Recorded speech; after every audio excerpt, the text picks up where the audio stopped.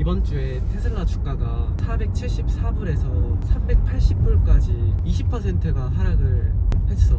일런이 자사주를 매입한 380에서 390불 사이까지 이제 주가가 떨어지는 거야. 근데 이제 내가 예전에 주담대 2억을 해가지고 고점 대비 15%에서 20%가 떨어졌을 때 주식을 샀었잖아. 근데 그때 마이너스 60%까지 떨어져가지고 막 반대 매매 걱정하면서 엄청 힘들었었잖아 우리가. 앞으로 이런 일이 생기면 어떻게 해야 될까 이제 고민을 했었는데, 테슬라가 워낙 변동성이 크고 또 퍼도 높고 이제 CEO 리스크도 있다 보니까 이게 20%대 사면은 나중에 조금 힘들 것 같은 생각이 드는 거야. 우리는 이제 레버리지도 많이 가지고 있으니까. 그러니까 레버리지가 없고 현금으로 사면 20% 정도 됐을 때 사는 것도 나쁘지 않은데, 이제 레버리지를 살 때는 그 진입 시점이 엄청 중요하잖아. 그래서 이제 그 기준을 30%로 잡으니까 330불 정도더라고. 그래서 30불에 내가 330불이 오면은 또 어느 정도를 어떤 타이밍에 몇 번에 걸쳐서 사야 될까를 이제 생각을 해봤어.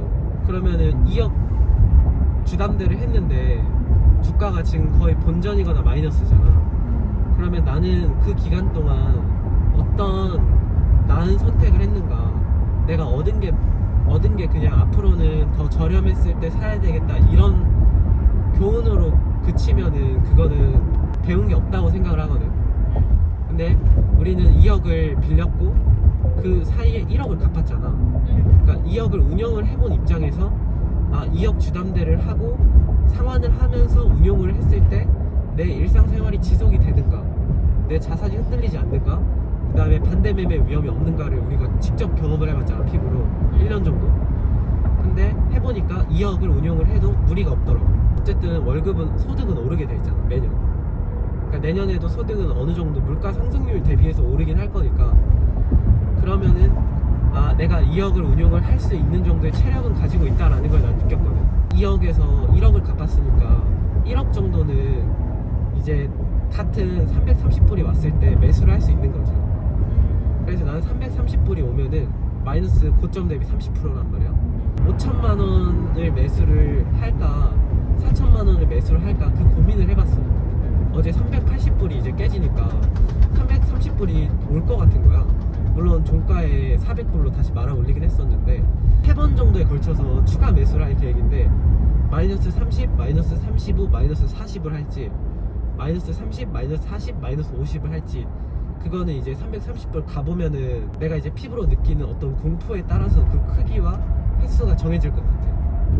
근데 결론적으로 내가 이 기간 동안 하고 싶은 말은 뭐냐면, 그동안 주담대를 통해서 수익이 크지 않았음에도 불구하고 내가 다시 돌아가서 그 선택을 할 거냐라고 다시 물어본다면 난 다시 한다.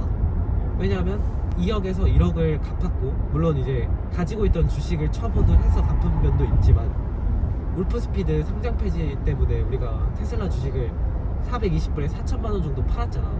그리고 그거를 상환을 했잖아. 그러니까 소득으로 갚든 아니면 가지고 있는 자산을 처분해서 갚든 간에 자산의 규모가 커지는 게 중요한 거지. 이자를 내면서 제자리에 있었지만, 제자리가 아니라 조금 더 뒤로 후퇴했을 수도 있지만, 그 기간 동안 상환을 하고 그 다음에 또 그 위기가 왔을 때 더 좋은 타이밍에 매수를 해야겠다라는 교훈과, 그 다음에 더 실제로 매수를 할 수 있는 주담대라는 방법과 내가 운용할 수 있는 정도의 규모를 알았기 때문에 어제 같은 경우는 하락이 그렇게 두렵지 않더라. 그러니까 하락했을 때 제일 무서운 게 그거거든. 아무것도 못하고 그냥 가만히 있어야 되는 상황. 그래서 아무튼 나는 330불이 오면은 다시 주담대를 통해서 매수를 할 예정이다. 그러니까 늘어난 자산 1억을 갚았기 때문에 자산이 1억이 늘었고 더 빌릴 수 있는 금액은 더 커진 게 맞지만, 어쨌든 주담대 2억을 해가지고 막 마이너스 60%까지 갔을 때 그 심리적 고통은 사실 컸어요. 그렇기 때문에 조금 더 안정성을 가져가야겠다라는 생각은 들었어. 더 보수적으로 사는 거야. 원래라면은 어제 마이너스 20%가 왔으니까 샀어야 됐거든, 내가 예전에 나였다면. 근데 이제 그 사는 시점에 그 하한선을 마이너스 20%가 아니라 마이너스 30%로 가져가고 조금 더 욕심을 덜 가져가는 거죠. 만약에 이번 기회에 살 기회가 없었어, 그럼 우리는 계속 상환을 할 거 아니에요. 그러면 나중에 뭐 500불, 600불 갔다가 다시 30%가 하락을 하면은 사게 되는 시점이 더 비싼 가격일 수 있잖아. 그럼에도 불구하고 그때는 또 사야 되는 거야. 그러니까 전고점 대비 30%가 하락을 하면은 그게 500불이든 600불이든 사야 되는 거지. 그러니까 한마디로 더 안정적일 수밖에 없는 이유는 우리는 자산이 그 사이에 1억이 늘었고 대출 이자랑 대출 금액은 똑같고 거기다가 마이너스 20%가 아니라 30%일 때 매수하는 거니까 더 안정적이다라는 말을 하고 싶은 거지? 월급으로만 6천을 갚지는 못했어요. 그러면요? 그러니까 어떻게 6천이나 갚았어? 우리 1년 동안 6천 갚았어? 1년 동안? 근데 왜 그렇게 갚을 수 있었냐면 이제 주담대를 이제 무리하게 하다 보니까 가지고 있던 다른 현금 자산을 다 이쪽으로 가지고 온 거예요. 예를 들면 뭐 적금 같은 것도 그냥 다 깨고 갚고, 결론은 빌리면은 흑자를 내니까 갚게 되고, 그리고 제가 옷을 진짜 안 사거든요. 좀 샀으면 좋겠어. 그러니까 이자를 내야 되니까 다른 소비를 아예 안 하게 돼. 그러니까 뭐 할인을 했다? 안 사면 영원이잖아. 그러니까 아무것도 안 사게 돼. 내가 최근에 산 기억이 유니클로만 가고 운동할 때 거의 진짜 안 사게 되는 것 같아. 순기능인 것 같아. 근데 뭐 이것 때문에 내가 괴롭고 그런 건 전혀 없거든. 그냥 테슬라 주식 모으는 게 더 좋지. 어차피 모든 물건은 감가상각이 되고, 최근에 좀 하락해서 마음이 아팠지만 오히려 이제 많이 하락을 하니까 좋더라고. 그냥 무섭지도 않고 잠도 잘 오고, 오를 때보다 하락할 때 난 잠이 잘 와.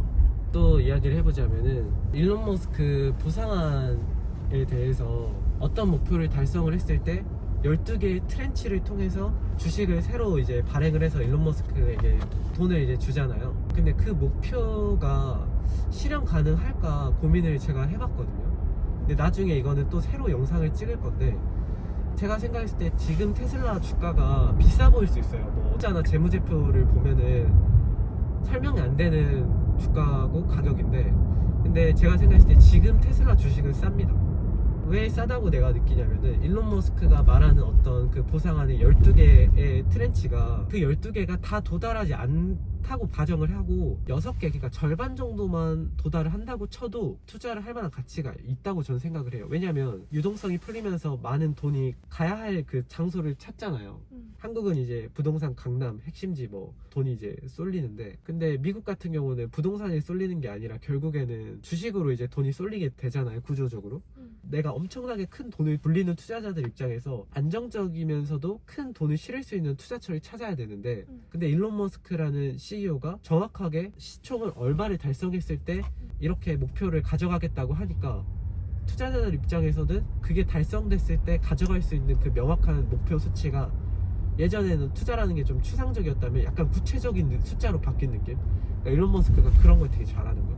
사람들이 어디로 가야 될지 목표가 되게 불분명한 경우가 많잖아, 살다 보면은. 근데 그거를 명확하게 그 기준을 제시를 해줬기 때문에 내 생각에 앞으로의 방향성은 조금 다를 수 있다. 그래서 만약에 기회가 되고 그럴 때 과감하게 큰 돈을 레버리지를 끌어서 투자를 해도 괜찮다.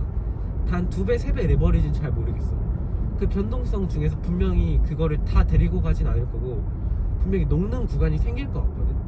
그러니까 레버리지도 만약에 계속해서 분할 매수하고 물을 탄다는 전제 조건이 있으면 괜찮은데, 가장 중요한 건 FSD잖아. Korea coming soon. 근데 이제 한국도 FSD가 미국산 차량의 경우 될 것 같고 조만간. 뭐 한국에서 안 되더라도 미국에서만 자율주행이 돼도 그 가치가 엄청 크잖아. 근데 FSD 영상을 이제 최근 가장 이제 1.7이 가장 최근이거든. 근데 1.7은 내가 못 봤는데 1.4까지 나오고 그 다음에 1.7로 넘어갔더라고. 자기가 웬일로 못 봤어? 맨날 영상이 안 올라왔어, 이틀 돼가지고. 1.4의 특이점이 주차장에서 주차장까지거든. 완벽하게 되지는 않아. 예를 들면은 건물 주차장 같은 경우는 얘가 길을 잘 못 찾고, 그리고 주차를 할 때 가장 효율적이고 넓은 공간에 사람들은 주차를 하는데 얘는 약간 좁은 곳에 주차를 한다거나. 분명히 느리지만 FSD가 진짜 발전하고 있다. 연말까지 로보택시 안전 보조를 빼겠다고 약속을 했었거든.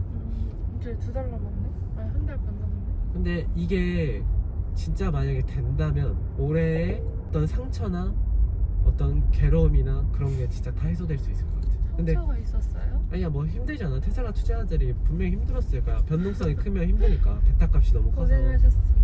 분명히 힘들고 뭐 중간에 이제 하차하신 분도 계시고 새로 이제 탑승하셨다가 너무 괴로워서 우리처럼 존버하는 그런 사람들도 많이 있어요. 많이 있겠지. 테슬라분들은 주담대했던 그 계좌 상황도 올려드리고 또 아 이렇게 투자를 하는 과정 중에 있구나를 공유해드리도록 하겠습니다. 또 한 번 마이너스 30%가 와서 레버리지를 쓰게 될지 안 될지 지켜봐 주세요.